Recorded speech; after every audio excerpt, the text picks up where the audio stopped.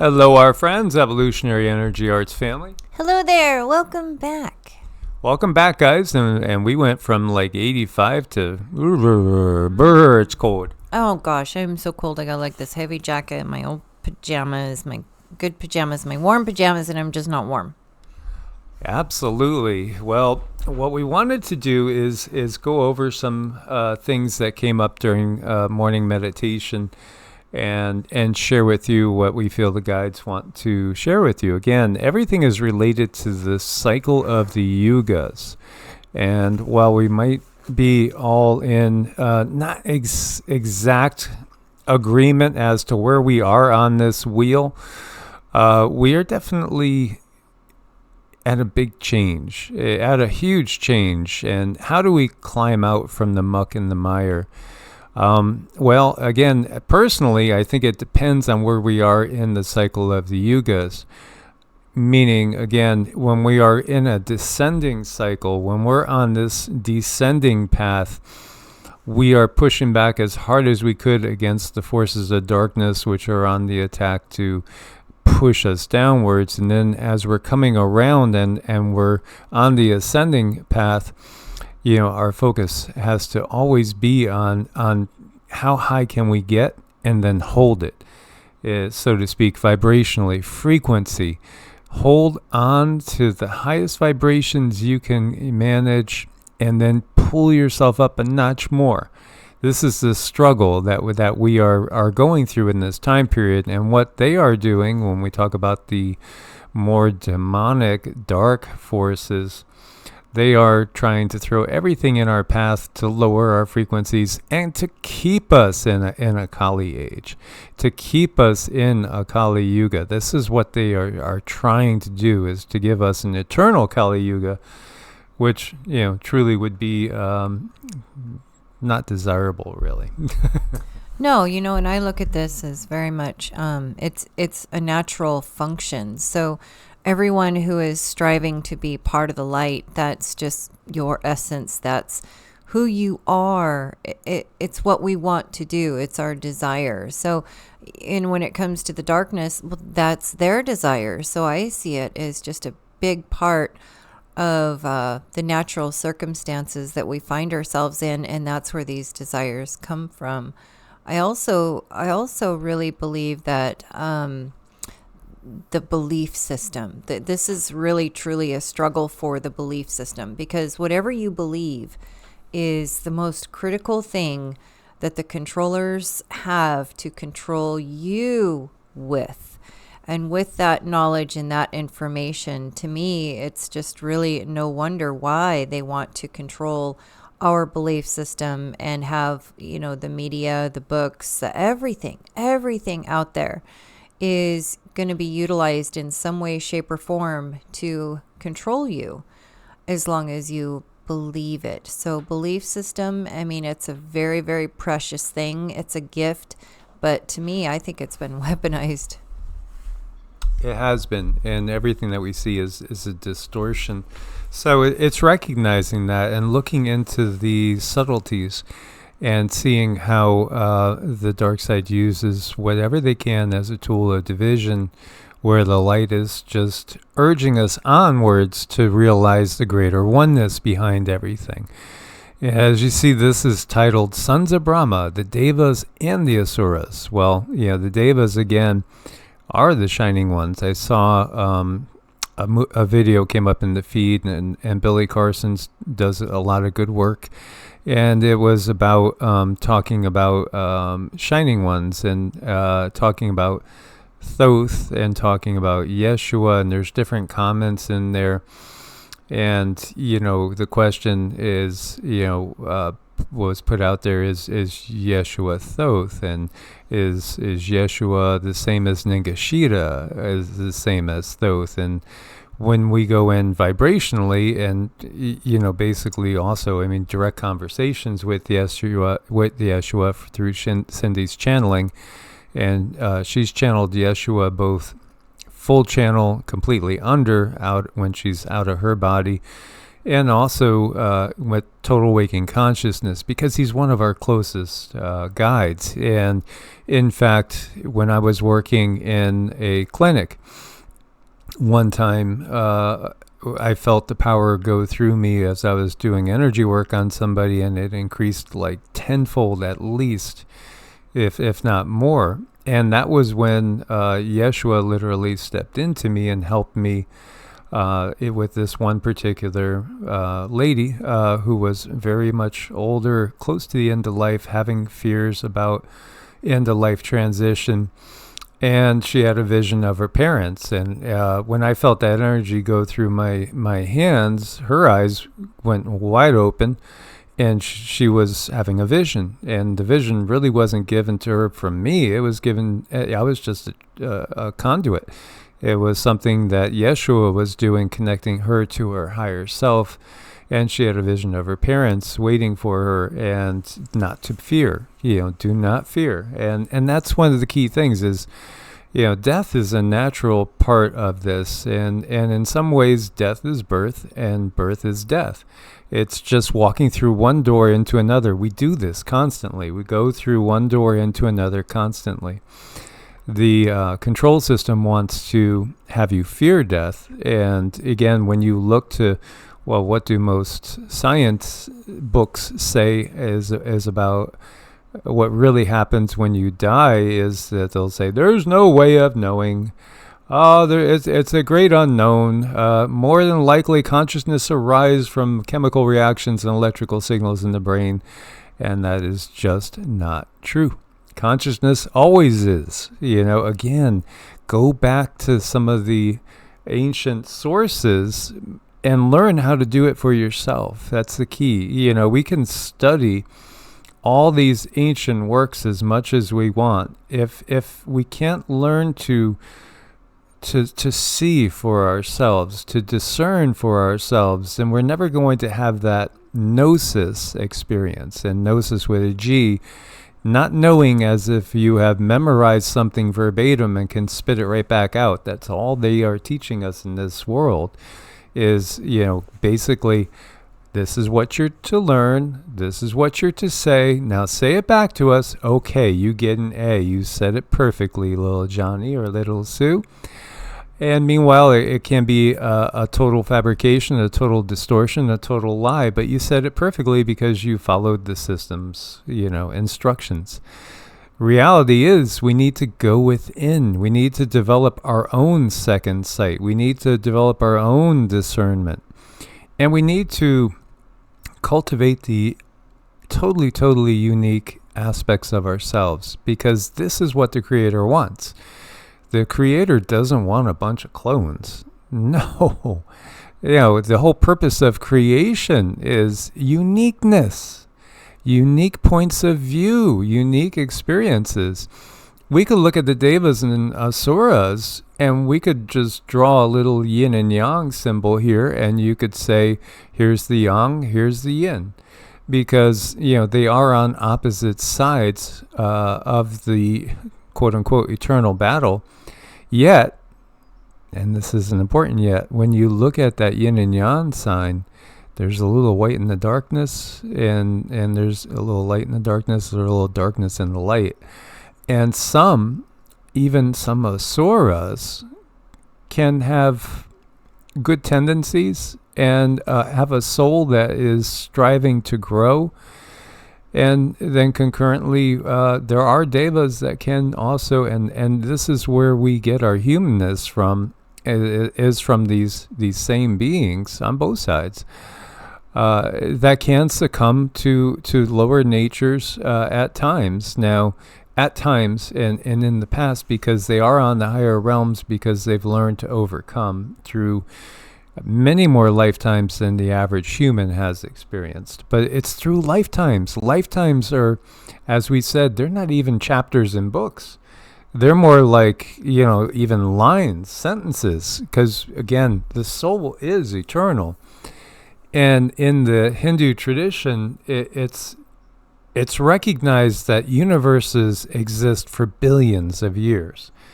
And then that universe may cease to be, but that's just one universe, because each universe is just a cell, and then that cell gets reborn, and it all starts all over again. But consciousness itself never ends. Consciousness always is. It just shifts perspectives as we shift through different vehicles, and even at times shift through being a good guy or a bad guy, potentially. I think it's really important to keep in mind when we're reading books, any text, any scripture, any ancient scripture, keep in mind that there is a filter on that. So the information that you're taking onto yourself, it's important to check it with yourself. And as you remove the blocks, and as you just do better and you're vibrating higher, you will be able to feel the truth of the whole story. It will become clearer and clearer and clearer to you. And that way, when you're reading these stories and these ancient scriptures, if it's applicable to your life, if it's a lesson that you are supposed to hear, that you're supposed to know, you're going to be able to hear it, and you're going to be able to know it. You're also going to be able to sift through the BS, and you're going to be able to tell when something just isn't for you, and that just doesn't work for you. And that's what I really love doing, is I like to help people brighten their own light so they can see around themselves. I never ever want to tell someone how they should feel or how they should be, or anything of that nature. I never want to be any kind of a person who tells someone they're this or they're that. No, I want you to find out who you are. I want you to remember who you are. Find those things in life that are for you, that are your lessons, your individual uniqueness. Because when it comes to source is here to explore itself.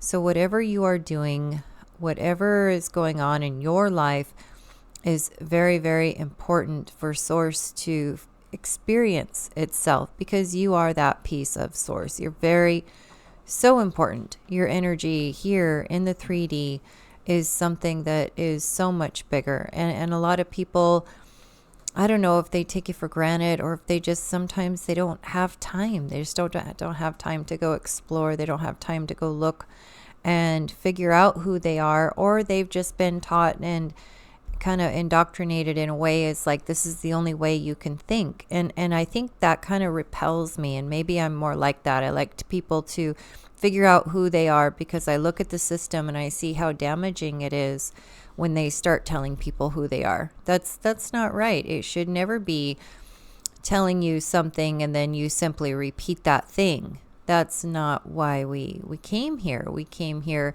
to really expand ourselves here in the 3D. And sometimes, as painful as it is, it's still that energy that's going to act as I like to use a slingshot as an example. So all the pain that we're going through, all the angst, all the fear, all of the pushback, that's actually acting as a slingshot.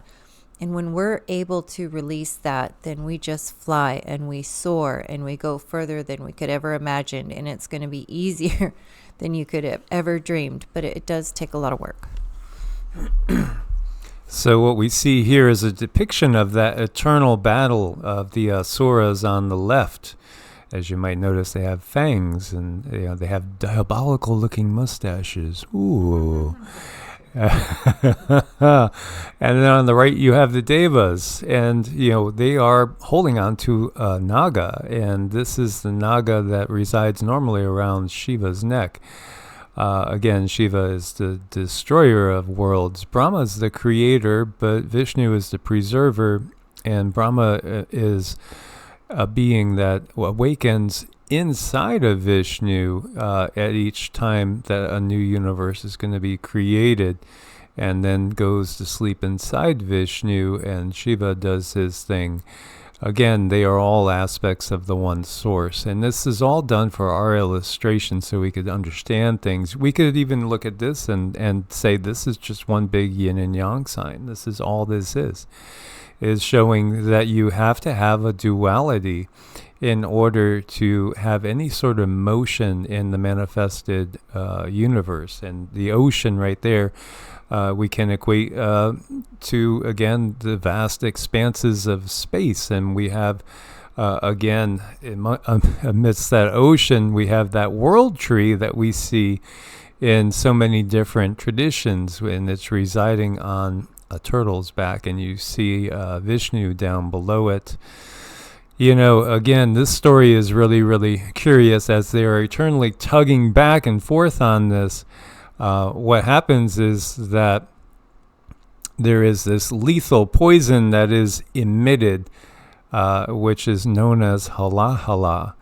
And what happens is Shiva, this poison's so devastating, and its potential is such to wreak destruction upon the universe, the entirety of the universe, that both the Asuras and the Devas are fearful of it, because they don't want their battle to destroy the whole universe. So Shiva drinks it, and Shiva, this is why the story goes, Shiva's all blue, because he consumed the poison to protect the three worlds, and it gave a blue hue to his throat.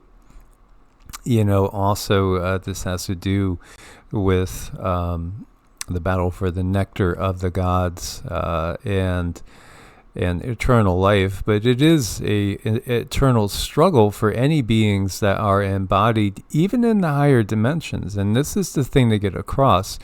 There's many densities, and this battle does take place even on the higher dimensions. And when we see the characteristics of the Asuras, typically they are all self-serving. They are all very, very egocentric. They're driven by ego to be the best, to have the most. You know, everything that really, you know, is given to us in Hollywood as the things we should strive for are typically the things that the Asuras are really, really after in existence. And on the Devas, you know, yes, they do like the nice things. They don't have a fear of nice things, but they also are very much able, willing to share things with others, especially to help others to rise up to their highest potential. This is why Lakshmi, in so many ways, is the spouse, the consort, the wife, the other component to Vishnu.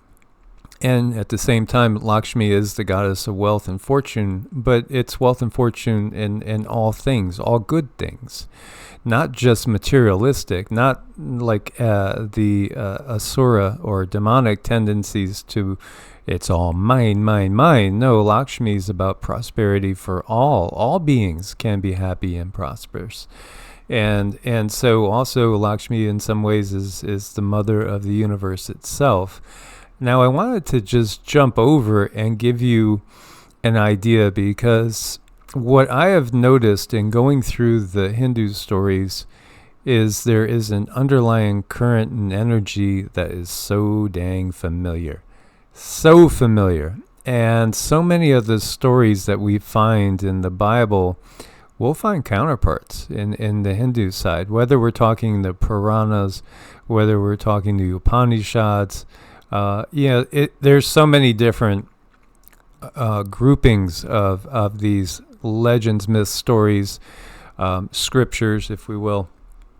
And on the Hindu side, they're so vast that it would take thousands of Bibles to encapsulate all the stories. There's that much there. There is that much there. It's just amazing.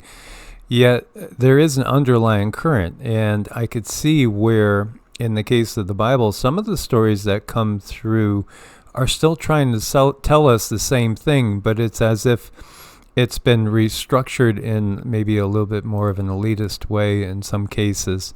And in some cases, there's just this simple moral truth that is there that we can garner things from. So in the case of Daniel and the lion's den, which many people might be very, very aware of, this is going back to the Persian exile. Darius was the king of big king, big empire. His son Xerxes takes over. Xerxes is the one that the movie and the story of the 300 is talking about, the son of Darius, as Persia was moving in to take over Greece and then more of the West. So what you have is, this is a time period where the Jews, Israel, was taken into captivity, and that captivity brought them to the Persian control. So what you have, again, is the king there talking about making a statuette and enforcing a decree. The decree should state, for the next 30 days, whoever asks for anything from any god or person except you, your majesty, the king, will be thrown into a lion's den. In other words, you could not make any sort of prayers. Your majesty, issue this decree and sign it. According to the law of the Medes and the Persians, no one could change it or repeal it. So, the king did as his counselors were advising. And when Daniel learned the document had been signed, he went to his house. An upper room in his house had windows that opened in the direction of Jerusalem. 3 times each day he got down on his knees and prayed to his Elah, his El.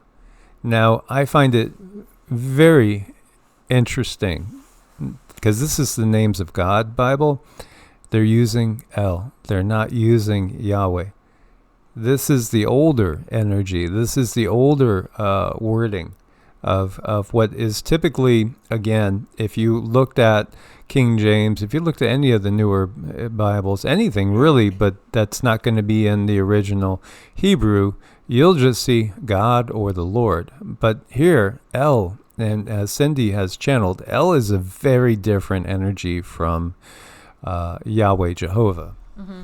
It is. El is a different energy, but what kind of jumped out at me here is that it says he got down on his knees and he prayed to his Elah. So, I think people should take note of that different belief systems, believe what is going to work for you. Obviously, he feels he has a connection with his God or his Elah. Yeah, exactly. And this denotes multiples. Yeah. That's the other thing. And so what has happened, and what Bible scholars understand, is that it wasn't really originally, quote unquote, traditionally monotheistic. But again, you might look and think that Hinduism is polytheistic, and superficially it is, just superficially. And this gets us into monotheism versus monism.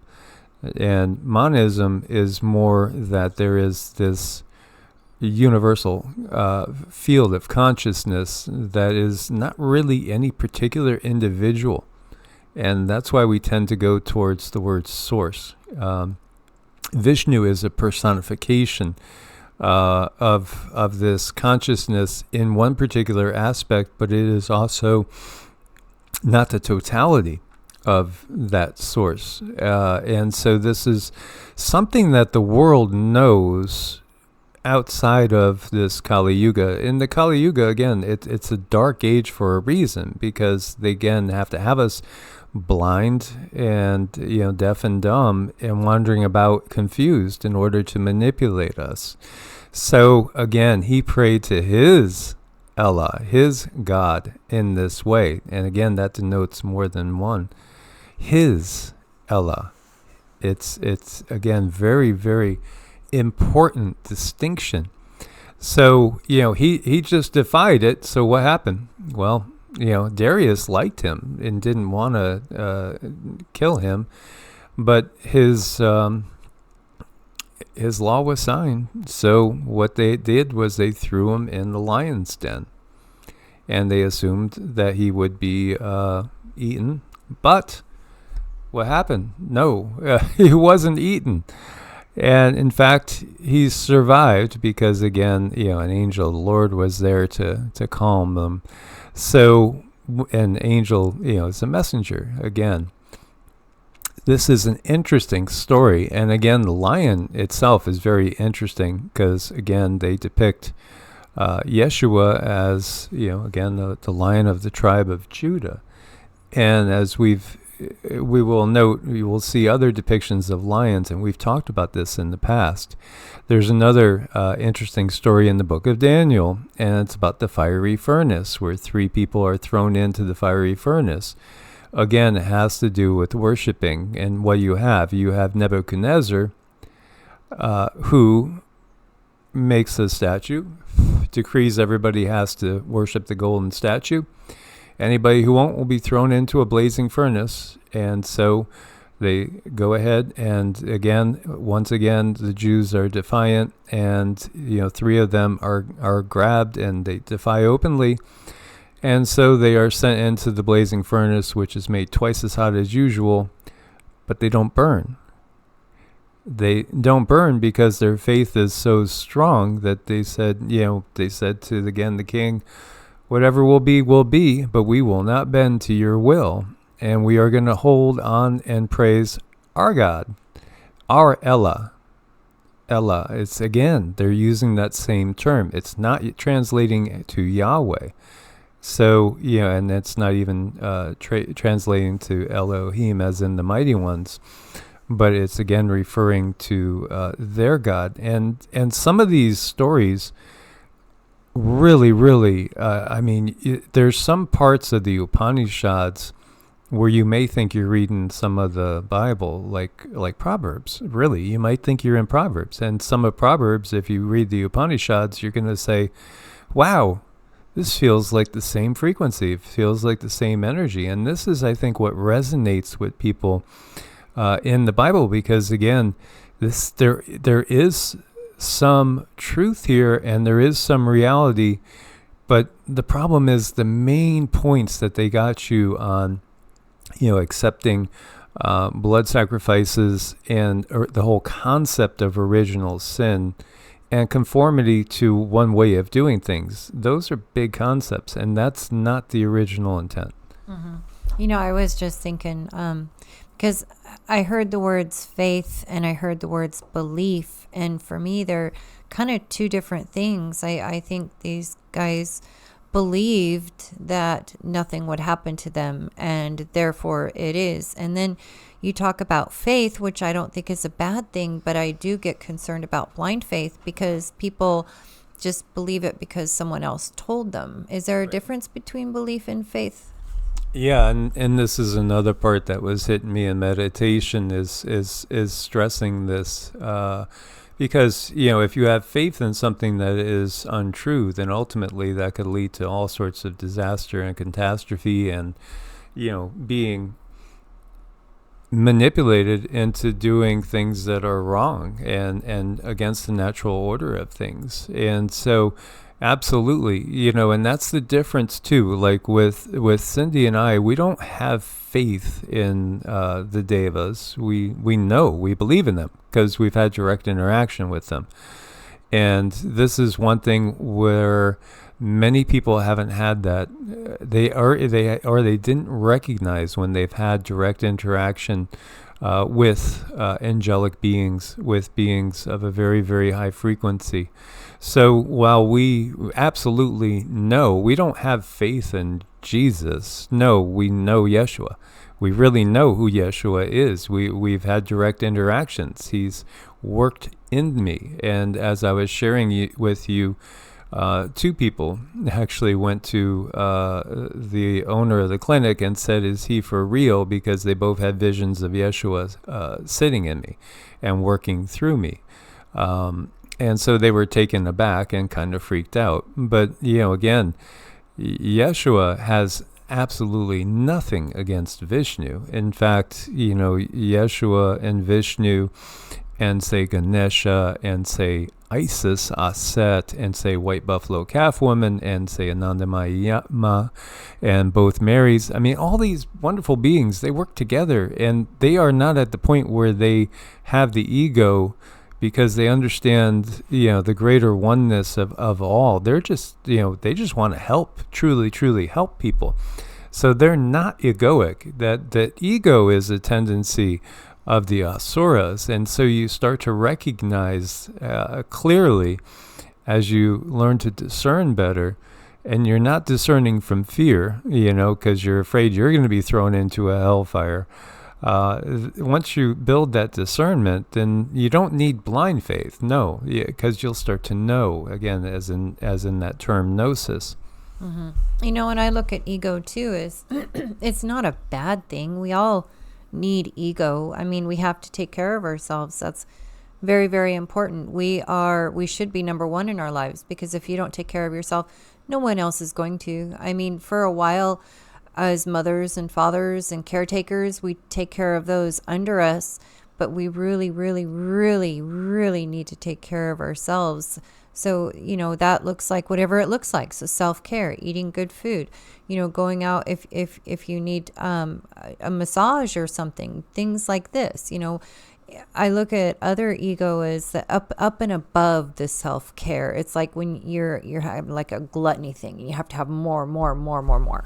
It's when the ego is willing to intrude and step all over the free will of others. Mm-hmm. Right. So, there's little differences here that I've picked up for myself that works for me. So, again, these men are thrown into the fire, and then they escape. They escape the fire. So whether we're talking Daniel and the lion's den, or the other story about the fiery furnace, what I want to share is a Hindu version of this. And I do think that, this might be where those other ones came from. And this is going to be talking about, interestingly enough, Prahlada, who is a very, very devout young man, extraordinarily devout young man, who happens to be the son of an Asura king, who is wicked, very wicked and egotistical. And again, the Asuras we equate with the more demonic forces, the service to self beings.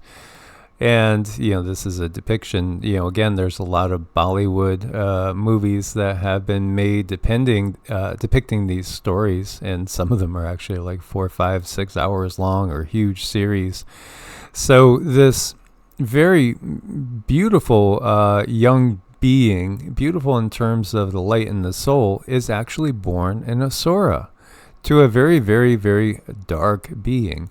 Now, this dark being was somebody that was, even though he's quote unquote dark, he is a devotee of Shiva, and he is dedicated to Shiva. And so he did what we call as austerities, or he basically was doing prayers to Shiva to get a boon, with the whole express purpose of getting a boon. And he does get a boon, and again, a boon is a gift. And it's that he will not be able to be killed by man, nor by beast, and nor in a house or out of a house. And it goes on and on. They do this in these stories where it's just like Achilles, right? Achilles is the Greek demigod that was dipped in the river Styx, and had to be held on somewhere to dip him. So the Achilles tendon that we have is named after him, because that was the only part of his body that was vulnerable. And of course, he was killed by an arrow to his Achilles heel, right? We have an Achilles heel. Yeah, these stories again. So this evil king thinks that now, I got that boon. And this is his Asuric tendencies, his demonic service to self only tendencies. He makes a decree that everybody shall only worship him as God. And so, again, this comes in line with some biblical stories that we can see as well, very, very well.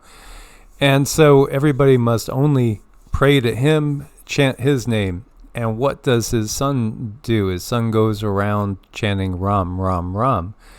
Ram as in Rama, as in the incarnation of Vishnu that preceded Krishna. And, he gave a decree. So he warns his son He says, son, you got to start worshiping me. Just say my name. And his mother is like, oh, son, please just placate your father. Don't get him angry, because he goes on, after he gained that boon, he's conquering people, he's brutalizing people, he's keeping people in fear, he's slaughtering people, because, once he got to that position of power, it absolutely corrupted anything that was in his soul. And this is, again, what wolf are you going to feed with the that supposed Native American story. So it's really interesting to see that. What does he do? He basically casts them in a fire, and what happens? The little one is not afraid, because he knows he's going to be saved by his God, and he is. And, his father is stupefied as the little one doesn't burn. And again, it's another reference to the same story that we're seeing in the book of Daniel. And here's another curiosity. He's saved by Narasimha Deva. Narasimha is a lion man, and an earlier incarnation of Vishnu, in a very, very protective manner. And this, again, is really, really curious. Here is that lion. Now, Christ is thought to be the Lion of the King of Judah, and Narasimha is an incarnation of Vishnu as a lion man. And again, these are going farther back than anything biblical in the age of these stories. The Vedas are the oldest works we have on the planet, the Rig Veda being the oldest that we know for sure. Again, where is the real root of these stories? But we can see the commonality as well, and we could see that it's really all about being our unique aspect of ourselves, because we need to cultivate that. And even though this little guy is born to an Asura king, a demonic king, he's not demonic. And he's cultivating the good, and he ends up becoming, after his father is taken care of by the lion man, and again, not in the house, not outside of the house. He wasn't killed by a man or a beast. He's actually killed on the threshold, the porch going into the house, by the incarnation of Vishnu, which in many ways we can say that, again, Vishnu being the creator, the ultimate creator of the universe, according to the Vaishnavite tradition, you could say it's karma, really, that kills him, because, it's his own greed, his own giving into his demonic tendencies, because that ultimately is going to be what happens. And I do think that the guides told Cindy, because, Cindy just blurted out Prahlad. Who's Prahlad? And I said, Prahlad. Oh, I just read that story a little while ago. And so I showed her the story, and this is what the guides wanted us to get across to you guys. The system's going to destroy itself. Don't be pulled into its drama. Be you, and don't be fearful to be you, because nonconformity is truly being true to the original creation. Being true to yourself, being you, being the unique you is the biggest honor you could give any source that gives of itself for you to be you. So expressing yourself in a way that you want to it's honoring that source. And then really, what is your belief? And do you have a belief only because an ulterior belief is going to be fearful because somebody made you afraid? If you don't believe this one thing, you're going to be damned forever. Are you believing because of that? I strongly feel our belief should come from our heart center and not come from left field where somebody says you better or else. To me, that's not really belief. And this little boy, he had belief. He's like, this is my God. This is my God. So I see this word, my God, throughout all kinds of scriptures. People believe their own thing, and it's okay. They should never be demonized for that. They should honor who they are and what they do believe.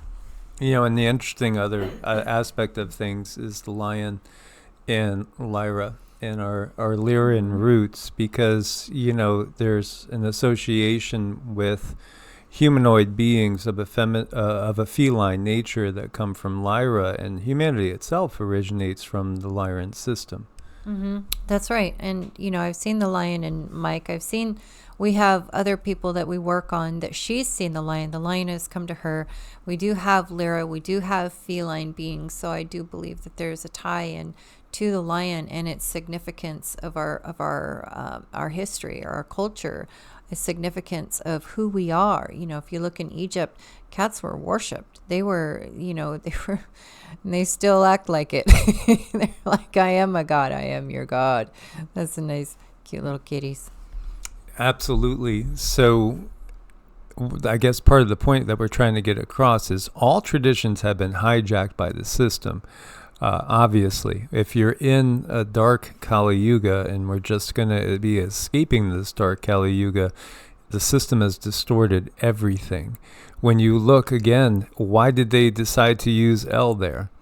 Why L? Why is L there instead of, one, a singular being, Yahweh? Because again, this is in resonance with the older way of things. And when the Pharisees and Sadducees came after Yeshua, I do believe that, he did say, get behind me, Satan, because there was something close to that, because they are following Satan. They are following the satanic system that is as dark as you can possibly imagine. Again, why would you think anything is changed? We've still been in the Kali Yuga. We've still been in the Dark Age. So the mainstream ways at looking at things, and there's none bigger than modern fundamentalist Christianity and Islam. And again, Judaism is tiny in comparison, but what is the real Judaism? Again, it's all been distorted. So, the key concepts that are a problem are condoning anything that's going to condone blood sacrifice, because again, if you confess that you believe in a blood sacrifice, then they're going to sacrifice you, and that's what they do. It's that simple. It's just that simple. And also, again, when you say that you believe in original sin, that all of this is humanity's fault in the first place, well, that's, gaslighting. That's there's other terms we could use for that as well, and that's what they do. Yet there is truth in there. Again, the real creative being that has created this entirety of this universe for us to explore, to learn, and to grow in and with, does not want us to all be simple autonomous robots. One size never fits all. Think about this world. Again, when you get hired into corporations, often if you're answering a phone, you got to follow a script. They don't want you being you. They don't want you being you. When Yeshua says, I and the Father are one, he did not say, but you're not. No, because source is within all of you. That is the most basic tenet of the Hindu tradition, is that, again, self-realization. Self-realization. Source is in you. Connect to that. You need nothing but going within. Mm-mm. No, you don't. You need to believe how completely and beautifully and wonderfully you are made, and understand your purpose here, and understand your power, and sit with that and live your life as you want to. And on that, we look forward to your comments. Source bless and namaste. Namaste.